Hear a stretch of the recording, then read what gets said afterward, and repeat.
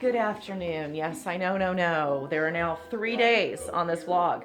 You're welcome. I know. It was a long day yesterday, so obviously I didn't upload anything because I was exhausted. As you can tell from some of that footage, I had justifiable reason to be, okay? So, anyway, it's that time of the day we need to go over to the advent calendar and move another day. So, hang on and I'll flip you around. Okie dokie. So, today is December the 18th. Yes, it is that day. The wedding day of the Prince and I, 17 wonderful years ago. Well, at least for me anyway. I don't know about him. He doesn't matter at this point. 17 years from now, I can do what I want. All right, we're going to do the present. There we go. We're going to put that on day 18. And it's just a fun little calendar, y'all. Isn't it cute? Look at all our little things in there. So we have 1, 2, 3, 4, 5, 6 days. 6 shopping days left, y'all. Let me just say, if you have not done your shopping yet, and there are 6 days left, shame on you. Wow, you're cutting it close. You probably need to get out there and go, get some stuff done. We've been done. We've been done. Second week in November. I was gloating back then. Y'all know it. All right, so we got to go do our running around for today. It's going to be pretty quick. I am going to be doing some more filming that will probably go out tomorrow. I'll get this part of it up today, but I need to do the cookies and make the buttercream. Say happy anniversary. Happy anniversary, my love. He still makes me gushy. Oh, God. Anyway, so I'm going to have a great day now. Oh, I got to come back and we got to physically bake the cookies. We have not done that yet, and we need to make the buttercream. So we'll probably do some filming on that today so that we have something to hopefully put out tomorrow. I love you guys, and I will see you later. Bye. Hello, YouTubes. We're back. Okay, I cheated and made the buttercream already because my girlfriend was here and they're my official taste testers. So I already have the buttercream already done and colored. It's actually sitting off over there right now. We'll move that over to the refrigerator, and that will sit until Saturday so that the colors become all nice and pretty and all that. We have the oven hot and ready. Again, I bake my cookies at 325 just to make sure that they don't bake too fast and they don't get overdone. Kind of the thing with sugar cookies is really they shouldn't have any color on them, when they're done. If you guys happen to want my recipe for these cookies, because these do not spread at all, they are a Pinterest recipe. If you want it, I'm happy to share it. Leave your comments down below and I'll send it right to you. I'll link it right there. Since you're there, yeah, it's that part of the show. Why don't you go ahead and subscribe if you haven't already. Hey, by the way, since we're talking about subscribers, I kind of did some analytics the other day, and I was watching another YouTuber, and she was giving tips and hints and things of that nature to help you move your channel along. She just literally got monetized. I think it took her 2 years to do it. And so she was giving tips on how to kind of get that done, and she advised to look into your analytics to see who is watching you. Is it subscribers or is it, non-subscribers? Well, I'm going to insert my little picture right here.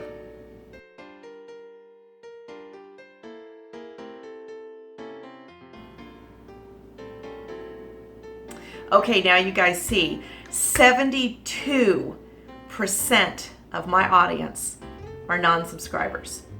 So I'm going to talk to the 72% right now. Why haven't you subscribed? Let me know. I need you to subscribe. If the 72% subscribed, I would probably be at my 1,000 subscribers that I needed. Just from that right there. That would get me on the road to being monetized and helping me pay for the kitten rescue that is terribly, terribly, terribly expensive. So for everybody, but especially the 72% that already watch my videos, please subscribe. It really, really, really will help a lot of neonatal kittens, and it will help us do what we need to do. And obviously anything that is extra that I don't specifically need for my rescues in general will also go to help my other rescues, like Dixie, which is who I rescue for. They always need help. They always need money. It's just kind of how it goes. So 'tis the season, guys. Give me a really big Christmas wish and get me up to 1,000 subscribers. That would be awesome. So, you know, you subscribe and ask some of your friends to subscribe, and it all kind of goes to a good thing. All right, so over with the shameless plug. We will now get on to, let's bake some Christmas cookies, okay? I've already got my doughs done. I've actually had these done.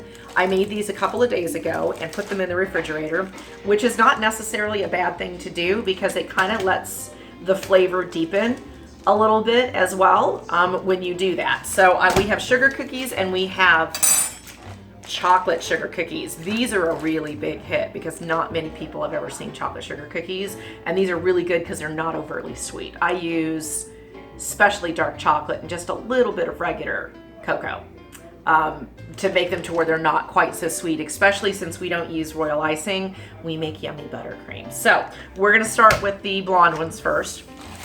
I need to go get my rolling pin because I didn't actually bring it in here. Don't look at my mixer. I just got done making buttercream, so that's a mess over there. Y'all are not allowed to judge. Just saying. Let me go get my rolling pin.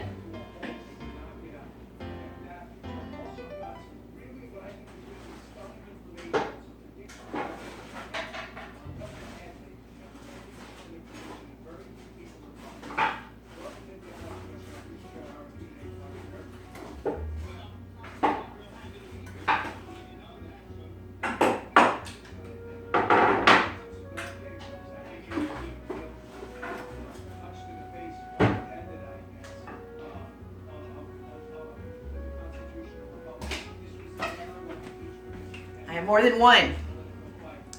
You can use whatever you like. Heck, if you don't have a rolling pin, you can use a wine bottle. It'll work. Just put some flour on it. It'll totally do the thing.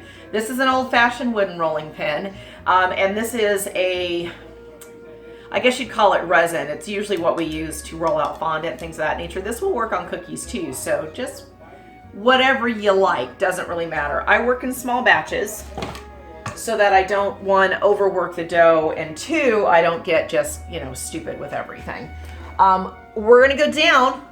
Here we go. Hey! Okay, let me pull my britches zip. Now, we're gonna start with a little AP flour, all purpose, because we don't want it sticking to the counter. And then what we're gonna do is we're just gonna break off some chunks and we're gonna work in small sections. It makes it easier to deal with, and this has been sitting out, so it's room temperature now. It's been sitting out for a while. Okay. Don't get crazy with the flour because you'll overflour these things and make them tough. All right, let's go down a little more. There we go. And we're just gonna start rolling. Put some flour on that. Y'all know how to roll out cookies. You don't need me to tell you how to roll out a cookie. But the nice thing about this recipe is it is a very tasty recipe, but it does not spread. These cookies will absolutely keep 100% of the shape that you give them. So I have bags, literally bags and bags of cookie cutters. And these are the ones that we use specifically for Christmas. And in case anybody didn't know, this is a gingerbread man. Isn't he cute? But guess what happens if you turn him upside down? He's now a reindeer with his nose and his little antlers and his ears, right? If you didn't know that. So you can go gingerbread man, reindeer. You're welcome. We're going to cut out one of him. I generally, for the most part, do one of every cookie cutter for the most part I have. And then we turn around and we go around from there. We also have doggy bones because we have puppies. So, we still do doggy bones. Little stocking, that's one of my favorites.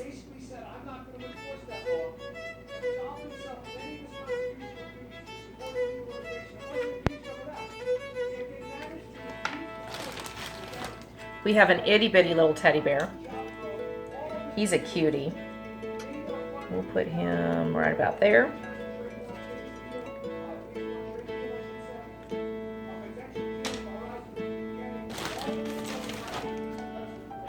Christmas tree.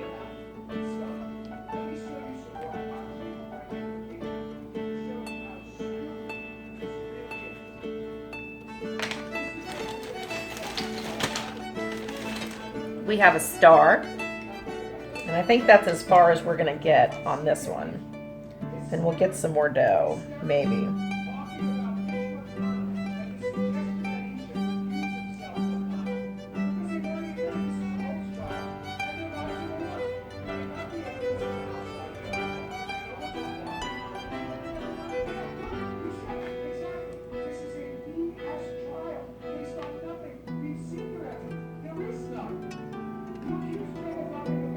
Yes, that's Bongino in the background.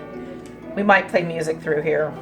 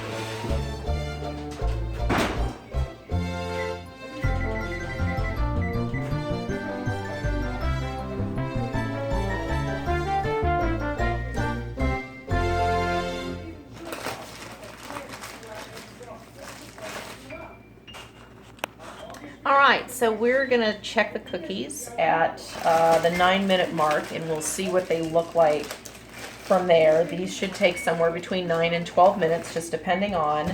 I will pause while we finish the rest of the white ones, and then when we come back to do some of the dark ones and or pull cookies out of the oven, then we'll come back for that as well. Otherwise, this will end up being a super long video, even though I'm speeding some parts of these technically up.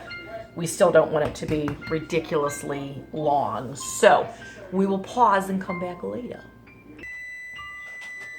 Timer's going off. Nine minutes is the ticket.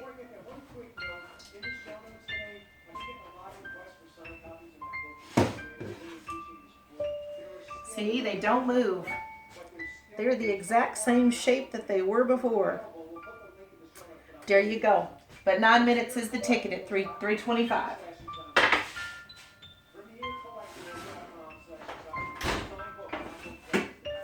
In my oven. Everybody's oven is different, so you need to kind of learn yours. I always bake pretty much everything about 25 degrees less than what it tells me to, not because my oven is that far out of whack, it isn't. But I've just found that my things cook better like that. They don't dry out, they don't get too brown, we don't do, you know, any of that stuff. So we're gonna let those sit for a minute, and then we need to move them over to a cooling rack so that they can cool. So let's just pull the cooling racks out.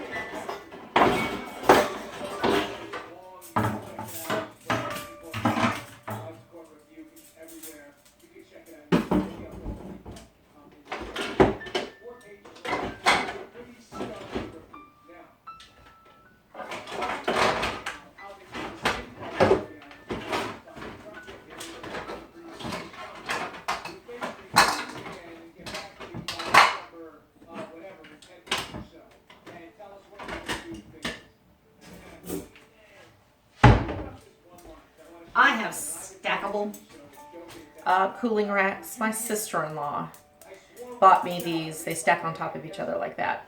She bought me these several years ago, and I absolutely love them because I can cool 3 times as many cookies or cakes or whatever with them.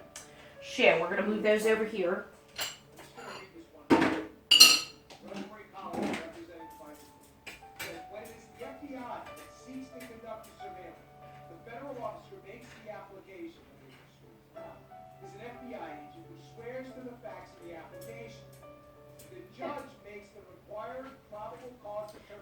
They're stacked up now over here. So we're going to stack us some cookies. Man. There you go.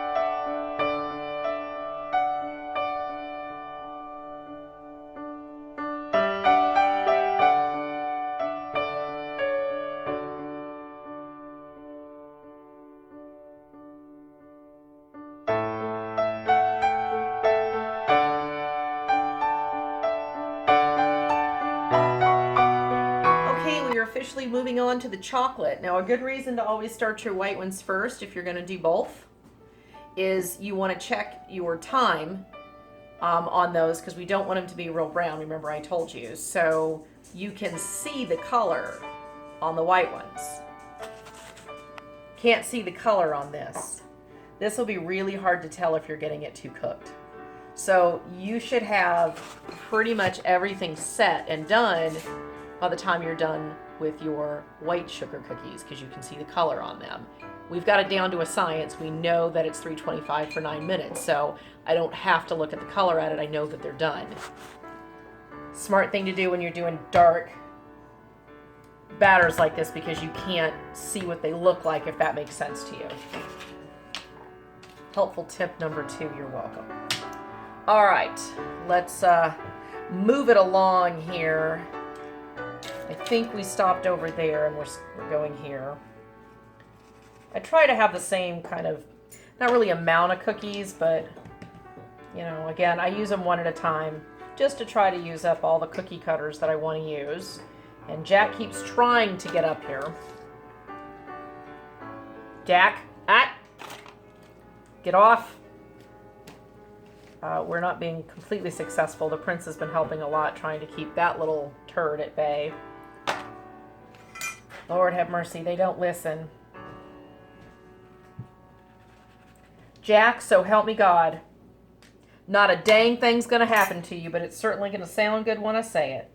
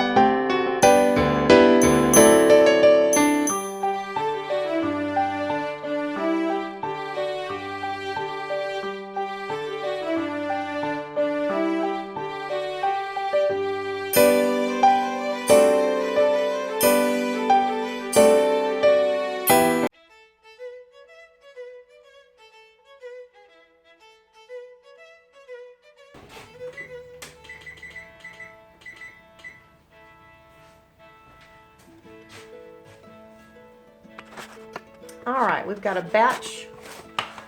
There we go. We got a batch of the chocolate ones in the oven, so we will pause and come back when we get ready to start bagging them up. All right, we have the last batch of cookies in the oven. We have a clean workbench. Yay! So what I am doing, sorry. Okay, what I am doing is I am stacking all the cookies up that are like each other on top of each other to keep them from breaking, and then I am putting them in plastic bags and laying them flat. These that we used to put the cookie dough in, we're just going to trash those boogers. Let me put you on hold and I'll kind of show you what it is that I'm doing, and then all we're doing right now is we have the last batch, we're just waiting on those to cook. And then we'll put them out cool and then put them in bags, and then we're done since we've done the buttercream. So hang on and I'll come. All right, so as they cool, see I'm stacking the light cookies all on top of each other, and then we'll put them in bags, which is what I did in here. And we have them all sitting, well, they're all supposed to be sitting flat. Those were not sitting flat, but you can see them all in the bags. sitting flat on top of each other, and we'll just make sure that the kitties can't get up here and walk on our cookies, because that would be an absolute disaster. I have no idea how many cookies I have, but I guarantee you it's over 100.